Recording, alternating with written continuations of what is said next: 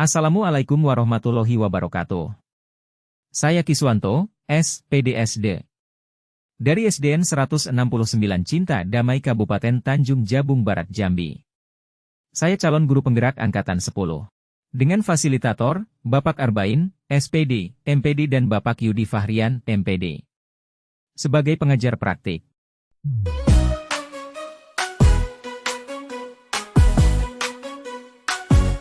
Mari bergerak bersama guru penggerak, menebar manfaat bagi pendidikan merdeka, lekas bergerak. Assalamualaikum Ibu Sri. Bagaimana kabar Ibu, sehat Bu? Nah, Alhamdulillah Bu, sehat. Kami mohon izinnya Bu, kami berempat. Ini kami adalah calon guru penggerak Angkatan 10. Ini Bu, kami mau izin wawancara kepada Ibu terkait dengan ini pengambilan keputusan yang berkaitan dengan dilema etika ya Bu ya. Nah, nanti mohon maaf sebelumnya, nanti mungkin ada beberapa pertanyaan dari kami berempat yang akan kami sampaikan kepada Ibu. Baik Ibu, mungkin pertanyaan yang pertama dari saya Bu ya, bisa langsung saya mulai aja ya Bu. Oke. Ini Bu, pertanyaan yang pertama kami mau menanyakan tentang, selama ini bagaimana Ibu dalam mengidentifikasi kasus-kasus yang merupakan dilema etika Ibu atau bujukan moral. Nah, itu kan sering Bu terjadi kasus dilema etika kan di sekolah kita. Nah, gimana cara Ibu dalam mengidentifikasi kasus tersebut? Yang pertama kita lakukan identifikasi itu mempelajari kasus tersebut, kemudian mengambil kesimpulan. Dan setelah kita pelajari dan ambil kesimpulan, bersama-sama dengan rekan-rekan kerja memutuskan pengambilan keputusan. Oh, seperti itu Bu ya. Biasa kami lakukan. Oh iya. Berarti dipelajarin, kemudian diambil kesimpulan. Nah, baru secara rembuk musyawarah baru diputuskan terhadap kasus yang ada ya Bu ya. Nah, berarti bersinergi dengan rekan-rekan guru yang lain Bu. Nah, untuk pertanyaan selanjutnya Bu, selama ini bagaimana yang Ibu lakukan dalam menjalankan pengambilan keputusan di sekolah, terutama untuk kasus-kasus di mana ada dua kepentingan Bu. Nah, di sini yang misalnya dua kepentingannya itu Ibu rasa sama-sama benar atau kemudian sama-sama mengandung nilai kebajikan. Nah, gimana cara Ibu menyikapinya Bu? Baik. Dalam kasus-kasus tersebut, setelah kita duduk bersama dengan dewan guru dan diskusi bersama atas beberapa masalah terkait dengan etika dan dalam identifikasi, kita mengambil yang lebih krusial, kira-kira memang akan kita ambil keputusan bersama. Jadi lebih mengedepankan yang segera, yang urgent, yang urgent banget, yang didahulukan Bu ya. Berarti dimusyawarah yang pertama pasti itu Bu ya, dimusyawarahkan dulu sesama rekan guru, kemudian diidentifikasi, kemudian dilihat dari tingkat keurgenitasnya atau krusialnya, itulah yang akan didahulukan terlebih dahulu Bu ya. Baik Ibu, mungkin untuk pertanyaan selanjutnya akan disampaikan oleh rekan kami Pak Iswanto Bu. Baik, sebelumnya terima kasih juga. Tadi saya menangkap sedikit bagaimana mengidentifikasi ya. Boleh dikuatkan Ibu, kira-kira langkah-langkah atau prosedur seperti apa yang biasa dilakukan selama ini dalam langkah pengambilan keputusan? Ketika berhasil bermusyawarah dengan rekan-rekan dewan guru, langkah selanjutnya yang ambil adalah dengan mengambil keputusan tentang dilema etika tadi tanpa memberikan sebuah pilihan. Jadi lebih kepada kita melihat inginnya keputusan itu melihat perubahan daripada etika. Selanjutnya kira-kira nih hal apa saja yang selama ini Ibu anggap efektif dalam pengambilan keputusan pada kasus-kasus dilema etika?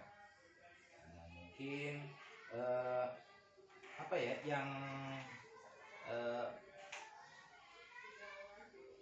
yang berhasil, yang selalu trik efektif, yang selalu menjadi jurus jitu nih setiap menghadapi kasus-kasus dilema etika ini. Baik, terutama sebelum kita mengambil itu, intinya ada sebuah tantangan. Yang mana tantangan ini terkadang sebuah keputusan itu, padahal kita inginnya ada perubahan dari etika, tapi tantangan kita itu keputusan itu tadi yang kita putuskan seolah-olah mewujudkan. Nah, itu tantangan, dan kesalahan itu akan terulang kembali. Itu tantangan bagi saya, dan memang itu ya nyata bahwasanya ketika kita mengambil sebuah keputusan dilema etika, setelah kita diskusikan bersama, diambil bersama, tantangan itu kesalahan yang terulang kembali. Trik-trik selanjutnya akan kita gunakan mungkin pendekatan secara individual kepada klien. Demikian, Pak. Baik, mungkin bisa dilanjut ke yang aku sampaikan. Ya, baik, terima kasih Ibu atas waktunya. Untuk selanjutnya nih, dalam pengambilan keputusan pada kasus-kasus dilema etika ini, apa yang menjadi tantangan terberat atau menjadi tantangan yang sering ya, dalam pengambilan keputusan pada kasus dilema etika? Pernah tidak tantangan pada saat pengambilan keputusan pada kasus dilema etika? Terima kasih. Tantangan itu tadi ya sudah saya sampaikan, ketika kita mau mengambil itu, ketika kita mengambil memiliki cara yang bagus, tantangan itu muncul. Tantangannya di kita juga. Ketika kita memutuskan, menurut kita keputusan itu bukan pas ya, tetapi oleh klien itu tadi tidak diterima. Gitu. Jadi dia akan mungkin tanpa dia sadari, dan bahkan dia sadari, dia akan mengulang kembali. Baik, dari pernyataan itu tadi bahwasanya saya tangkap apa yang sudah menjadi keputusan pada saat Ibu mengambil keputusan itu dirasa ada beberapa pihak yang merasa itu adalah keputusannya kurang baik ya mungkin ya. Baik, untuk pertanyaan selanjutnya adalah adakah atau memiliki jadwal tertentu Ibu dalam penyelesaian kasus dilema etika ini? Maksudnya begini Bu, memiliki jadwal atau prosedur lagi dalam pengambilan keputusan. Artinya kalau pada saat Ibu memiliki kasus dilema etika pada hari ini umpamanya, apakah hari ini juga harus selesaikan atau menunggu beberapa seperti wali murid, mendatangkan wali murid, atau bahkan mendatangkan mereka-mereka yang sedang mengalami turut andil dalam masalah itu. Nah, bagaimana itu? Jika pengambilan keputusan tersebut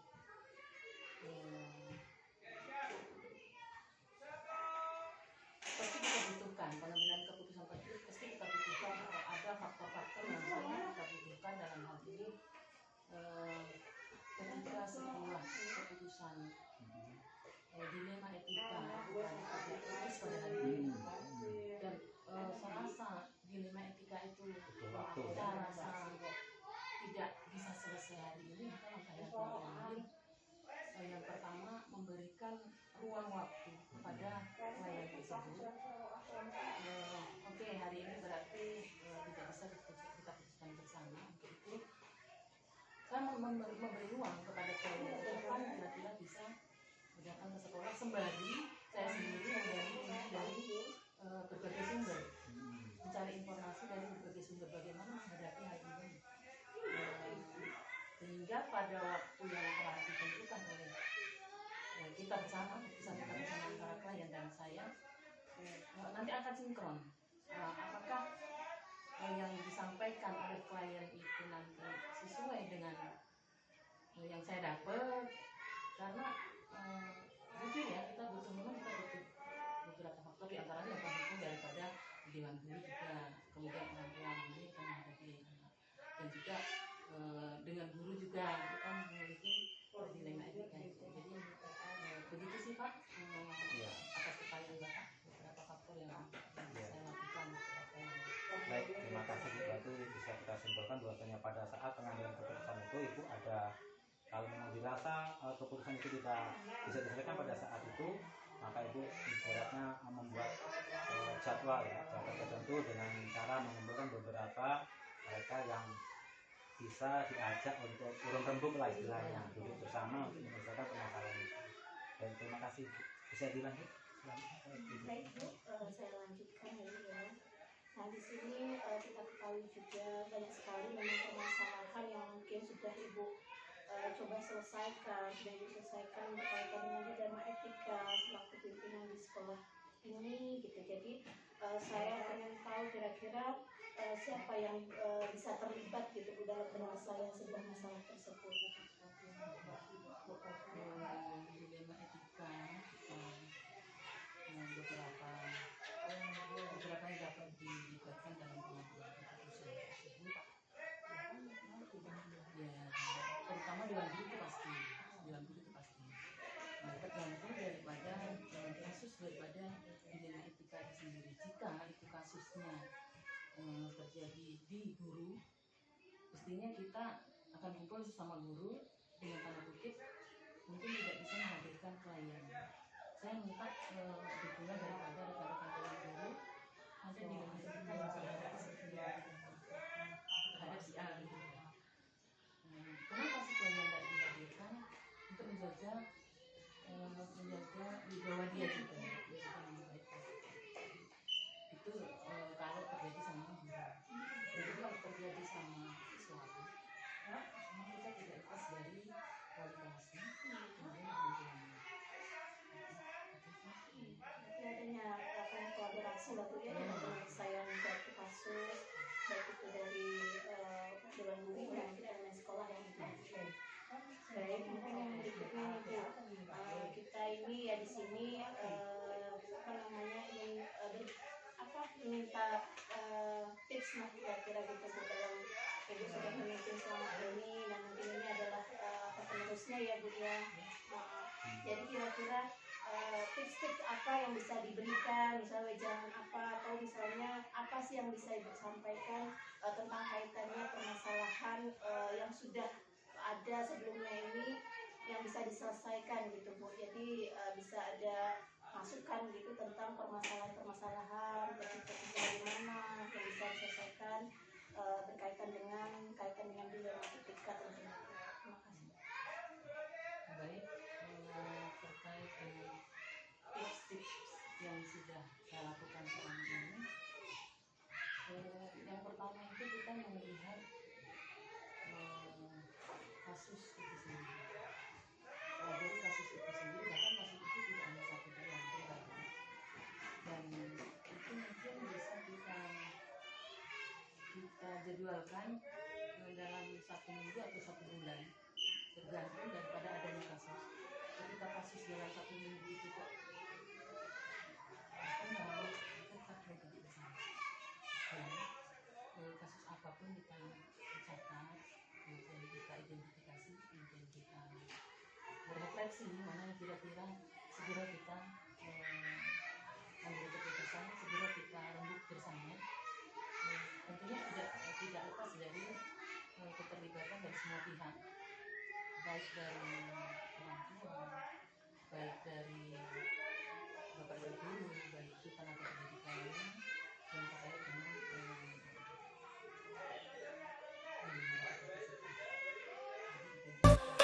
Mari bergerak bersama guru penggerak, menebar manfaat bagi pendidikan merdeka. Lekas bergerak dalam pendidikan penggerak, ciptakan generasi unggul penopang bangsa.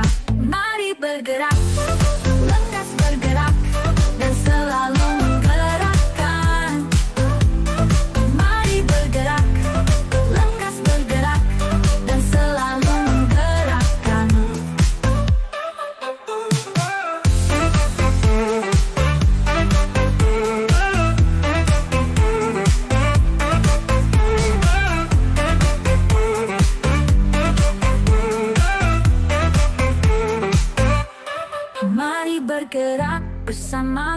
penggerak, menebar manfaat bagi pendidikan merdeka. Lekas bergerak dalam pendidikan penggerak, ciptakan generasi unggul penopang bangsa. Mari bergerak, lekas bergerak, dan selalu menggerakkan. Mari bergerak, lekas bergerak, dan selalu menggerakkan. Mari bergerak, sama guru penggerak, menebar manfaat bagi pendidikan merdeka. Lekas bergerak dalam pendidikan penggerak, ciptakan generasi unggul penopang bangsa. Mari bergerak, lekas bergerak, dan selalu menggerakkan. Mari bergerak, lekas bergerak, dan selalu menggerakkan.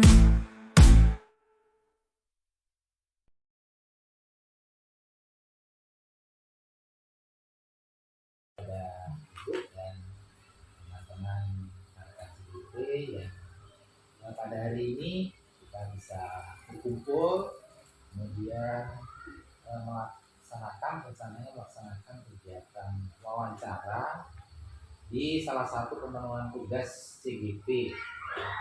Jadi di sini kami sebelumnya terima kasih atas waktunya harus direpotkan dengan tugas-tugas kami. Nah, di sini pada intinya kami ingin mendengar cerita baik berkaitan dengan pengambilan keputusan. Jadi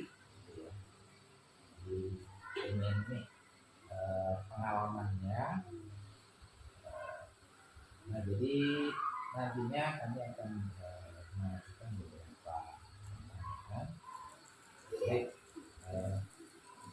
Ini mau izin Bu ya? Boleh. Jadi ini saya dulu Pak ya. Oh iya, silakan Pak. Mungkin sebentar saja dulu ya. Mungkin dari Ibu ya. Ibu pun mengucapkan terima kasih karena sudah diberi kepercayaan juga untuk para guru-guru hebat ini datang ke sini. Mungkin dalam ada tugas dari CGP ini, dan alhamdulillah bagi kami merupakan suatu kehormatan seperti itu, dan mungkin nantinya dapat bisa menambah ilmu bagi kami sekolah yang Kasih strategi tips gitu ya. Nah, untuk pertanyaan yang pertama nih ya. Jadi Ibu selama ini kira-kira bagaimana Ibu mengidentifikasi kasus? Jadi kalau yang saya tahu itu kasus itu ada dua yang berkaitan dengan dilema etika. Kami tahu berkaitan dengan kasus itu dibedakan jadi dua ya, di mana kasus yang merupakan dilema etika.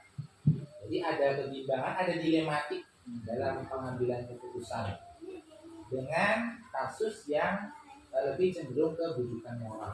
Jadi bujukan moral ini sudah jelas benar salahnya, jelas konsekuensinya, jelas hukumnya. Salah ya tentu ada hukum, ada regulasi yang kita langgar. Jadi kira-kira bagaimana nih Ibu mengidentifikasi kasus-kasus? ya namanya di sekolah ya, kasus itu pasti banyak yang kita temui, apalagi itu baik dilema bagi kelasnya ataupun sebagai kepala sekolah. Yang banyak itu nanti kan dari guru kelas itu kan dilimpah ke kepala sekolah. Nah, sebetulnya yang banyak kasus-kasus ini mungkin dilema etika ini yang banyak kita temui. Kalau di ada kasus dari anak umpamanya, mungkin anak itu bermasalah dalam belajar, sering tidak masuk kelas, atau mungkin tidak mau mengerjakan tugas, terus ada mungkin bermacam-macam lah. Itu kadang-kadang kan dilema bagi kita untuk menyelesaikan permasalahan itu kok kadang-kadang kan guru kelasnya mengeluh tak bisa menyelesaikan.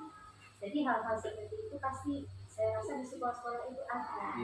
Nah, kalau hal seperti itu mungkin nggak bisa kita langsung memberikan memberikan suatu keputusan dengan anak ini pamannya kalau kayak gini dah kita aja saja dan nilainya masih rendah, kan tanpa kita melihat dulu. Nah, anak itu kan kepintaran anak itu kan bukan dari salah satu sisi saja kita lihat. Mungkin dia nakal atau taunya di bidang ini dia bagus Iya. ya. Jadi kita perlu pertimbangan. Terus mungkin kasusnya ini lagi kalau yang dilematika ini lihat ya. Nah, kita tinjau dulu permasalahannya di mana. Mungkin anak itu nakal karena memang dia dengan kawannya, atau kita lihat lagi ke belakangnya mungkin berasal dari keluarganya. Nah, hal-hal seperti itu mungkin itulah yang kita bicarakan, tidak bisa sendiri kita memutuskan. Kalau biasanya kami di sekolah yang memanggil guru yang bermasalah pasti dia melapor. Kita cari dulu. Kalau toh bisa sampai selesai dengan guru-guru saja, kita selesaikan. Tapi toh kalau nggak bisa sudah coba juga enggak, mungkin kita tinjau lagi, kita lihat lagi di mana permasalahannya. Nah, pernah di CGT ini pernah kami ngambil satu, kita tahunya setiap guru itu punya permasalahan. Nah, diangkat oleh guru CGT, ternyata kami komunikasikan, dilihat cara-caranya, rupanya bukan di situ, mungkin di rumah, mungkin di keluarganya. Nah, keluarganya itu banyak lagi perlu kita gali. Jadi kalau anak itu bermasalah mungkin tidak bisa kita putuskan, oh dia seperti ini. Jadi kita harus melihat dulu kasusnya sampai di mana, lihat ke bawahnya. Tapi kalau yang sehari-hari mungkin bisa diputuskan di itu, kita ambil kebijakan, oh berarti ini penanganan ini yang harus kita berikan dengan ini. Selama itu rasanya itu kayak gitulah yang kita Tangkap tadi ada, saya ingat ya, yang Ibu sampaikan salah satunya adalah ada salah satu siswa yang bisa dikatakan punya keistimewaan unik gitu ya. Nah, dari keunikannya itu banyak pertimbangan ya. Jika misalnya tidak dinaikkan ya, kemudian mendapatkan perlakuan sama terkait dengan nilai dengan siswa, itu nantinya akan ada ketentuan. Tapi ketika dinaikkan gitu ya, itu pasti akan nggak naik terus karena memang satu anak ini istimewa gitu ya. Itu berkaitan dengan salah satu contoh kasus yang Ibu coba ceritakan tadi. Kemudian nah, kira-kira nih mungkin sedikit diperjelas lagi bagaimana sih dalam menjalankan pengambilan keputusan ini.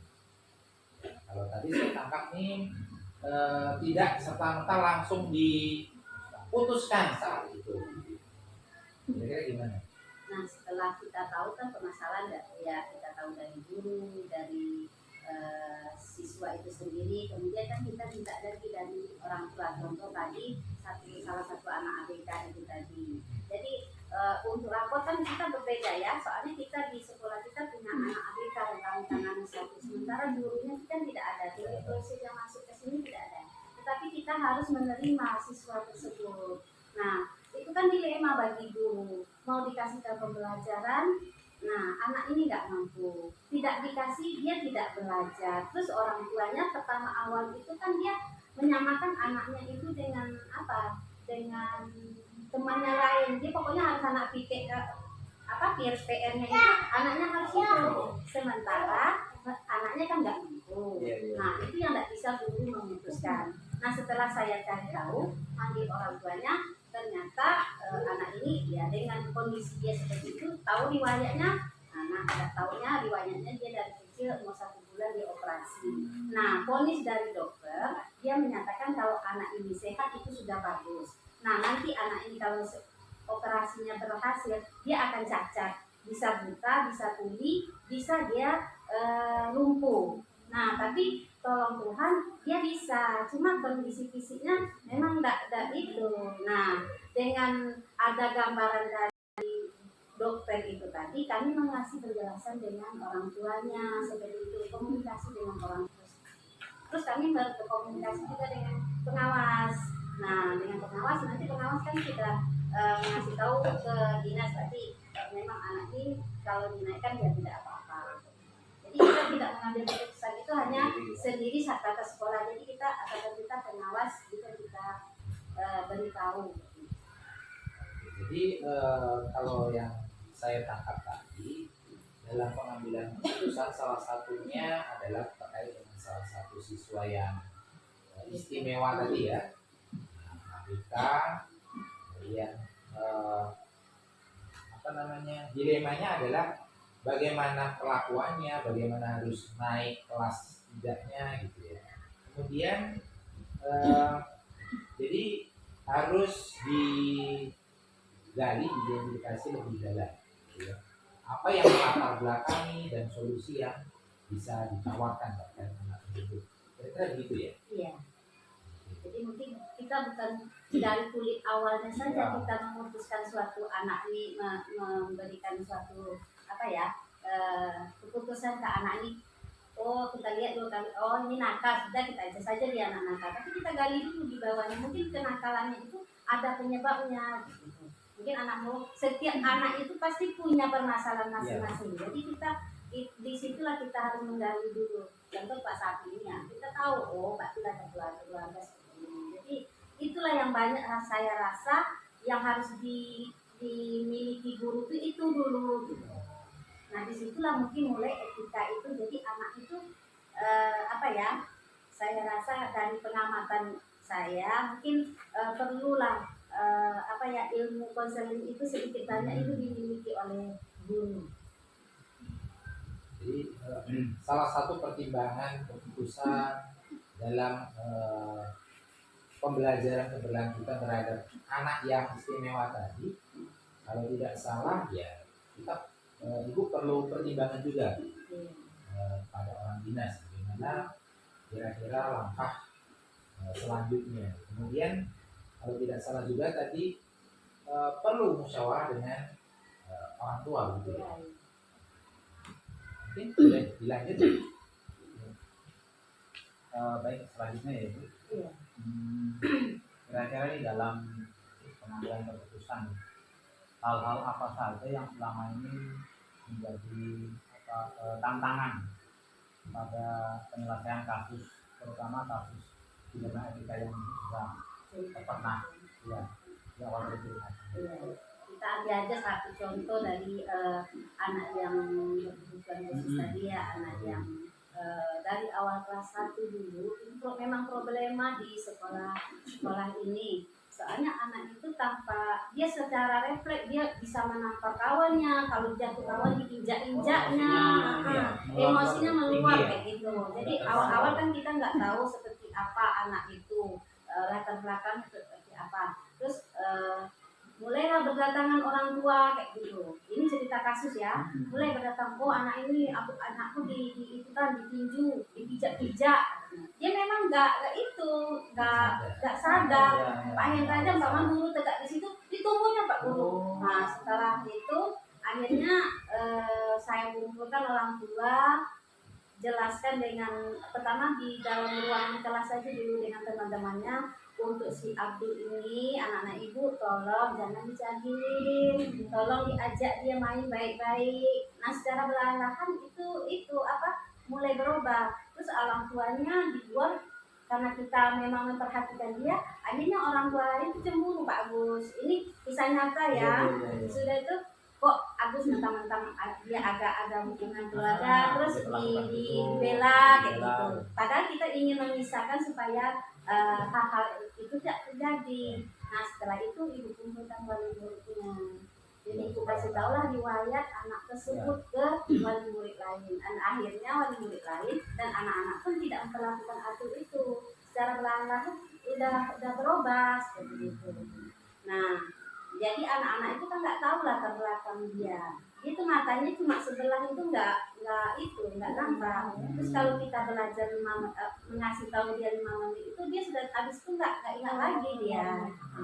Jadi memang kita perlu tahu dan itu kan tidak harus dengan anak ABK. Anak-anak yang lain itu memang butuh juga kita gali gitu. Dia pintar apa perlu juga kita gali. Baik itu yang saya tangkap dari penjelasan itu tadi itu yang dijelaskan tadi bahwasanya tantangan yang dialami dengan memberi perlakuan khusus ada sedikit rasa iri hati terhadap beberapa wali murid. Iya. Tapi itu bisa selesaikan dengan cara dikumpulkan seluruh wali diberitahu hal yang sebenarnya Iya. bahwa si anak ini mendapatkan perlakuan khusus karena apa. Iya. Karena memang ada sesuatu riwayat yang itu harus dilakukan. Baik, terima kasih Bu Nina atas penjelasannya. Selanjutnya, apakah Ibu ini memiliki sebuah penjadwalan tertentu untuk penyelesaian kasus-kasus dilema etika? Artinya begini Bu, pada saat ada dilema etika ataupun kasus, Ibu ini dalam penyelesaiannya itu apakah dalam 1 hari itu diselesaikan dan seketika itu diselesaikan, atau mungkin ada jadwal-jadwal khusus, artinya hari ini kita kumpulkan beberapa anak untuk menyelesaikan kasus, besoknya kita lanjut ke ranah kedua cari kepada orang tuanya. Akhirnya apakah ada penjadwalan khusus untuk melakukan seperti itu? Ada. Kalau masalah kasusnya yang tidak diselesaikan itu butuh berapa tahun, di mana sumber datanya masalah kita selesaikan di sana. Dari itu harus mengembalikan informasi, harus benar-benar Ya, benar-benar kita benar tidak ini informasinya benar nggak sesuai dengan informasi. kenyataan atau hanya sekedar salah informasi. Iya. Itu saja itu terjadi. Sekarang banyak Yang cepat ya. namanya anak-anak kamu. Nah, cobalah anak-anak kasih dia kayak gitu. Iya. Tuh, jadi kita yang harus teliti lagi di sekolah. Baik Bu, saya coba lanjutkan yang berikutnya mungkin ya Bu ya. Iya. Adakah kira-kira di dalam penyelesaian masalah di sekolah, misalnya dalam pengambilan keputusan atau seseorang, atau mungkin selama ini yang mempermudah Ibu dalam menyelesaikan kasus-kasus berkaitan dengan dilema etika ini? Ya sebetulnya orang-orang itu banyak ya. Ya kita kan di sekolah kan kita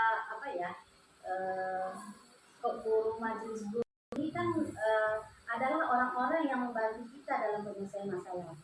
Seolah-olah kita itu tidak ada benar, kepala sekolah itu bukan perkataan keputusan dia saja yang benar. Mungkin kita dari bicara dulu dengan teman-teman yang lain, seperti apa. Jadi kalau toh memang guru ini tidak memutuskan, ya mungkin kita ngajak, mungkin ada wali murid, ada komite, biasanya seperti itu. Toh yang sesuai dengan kasusnya mungkin kita libatkan untuk memutuskan memutuskan permasalahan ini. Permasalahan. Iya. Baik Bu, yang intinya ada musyawarahnya Bu ya dalam menyelesaikan sebuah kasus atau permasalahan. Baik Bu, berikutnya mungkin dari semua hal yang telah Ibu sampaikan dalam pembelajaran, apa yang Ibu petik dari pengalaman kemudian dalam pengambilan keputusan dilema etika ini? Ya sebetulnya banyak ya.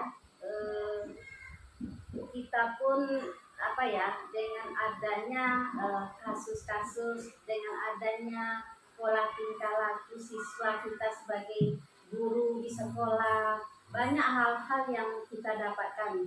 Kalau untuk kalau untuk pemimpin mungkin kita bisa memilah-milah, ini seperti ini, mungkin ini perlakuan seperti ini. Jadi untuk memberikan kesalahan atau nasihat dengan orang itu mungkin perlu cara-cara tersendiri. Ini seperti ini orangnya, mungkin langsung gitu. Ada yang bisa langsung diterima, mungkin langsung. Ya seperti itu anak-anak itu kita lihat, kalau kita pantau-pantau anak itu butuh, kalau SD itu memang butuh perhatian kita kayak gitu. Jadi kita lihat di situ, menjadi guru ini seperti ini. Jadi banyak hikmah yang kita dari kejadian-kejadian itu kita bisa belajar gitu. Mungkin belajar untuk menyelesaikan permasalahan, belajar mendekatkan diri dengan Tuhan. Ya Bu, yang intinya bahwa dalam pengambilan kasus di dalam Ibu selama memimpin suatu instansi ini, kayaknya banyak sekali dilemanya, banyak sekali tantangan yang Ibu hadapi. Tetapi itu semua dengan adanya kolaborasi, mungkinnya dengan adanya kerjasama antara semua elemen sekolah bisa terselesaikan. Mungkin dari kami selaku CBT ini banyak sekali yang bisa kami petik dari pembicaraan ini, mungkin dari percakapan kita mudah-mudahan nanti kami dari pengalaman ibu sendiri mungkin bisa menjadi pemicu kami, bisa menjadi kedepannya kami bisa menyelesaikan masalah yang kami hadapi dengan berbagai problem yang ada di sekolah kami masing-masing. Mungkin boleh Bapak silakan melanjutkan. Ya, dari obrolan kita tadi juga banyak hal yang saya ambil nih, ya. Saya bisa bawa untuk dijadikan pedoman, ya, bahwa dalam penyelesaian kasus yang kita hadapi itu semakin mematangkan kita dalam pengambilan keputusan, semakin lebih dewasa, semakin bijak dalam menimbang, gitu ya, karena di mana kadang kita dilema kedua keputusan yang sama betul, tapi kita harus lebih bijak lagi. Kita dari obrolan kita ini yang bisa saya ambil juga, kita belajar untuk lebih bijak dalam pengambilan keputusan. Terima kasih. Bergerak dan selalu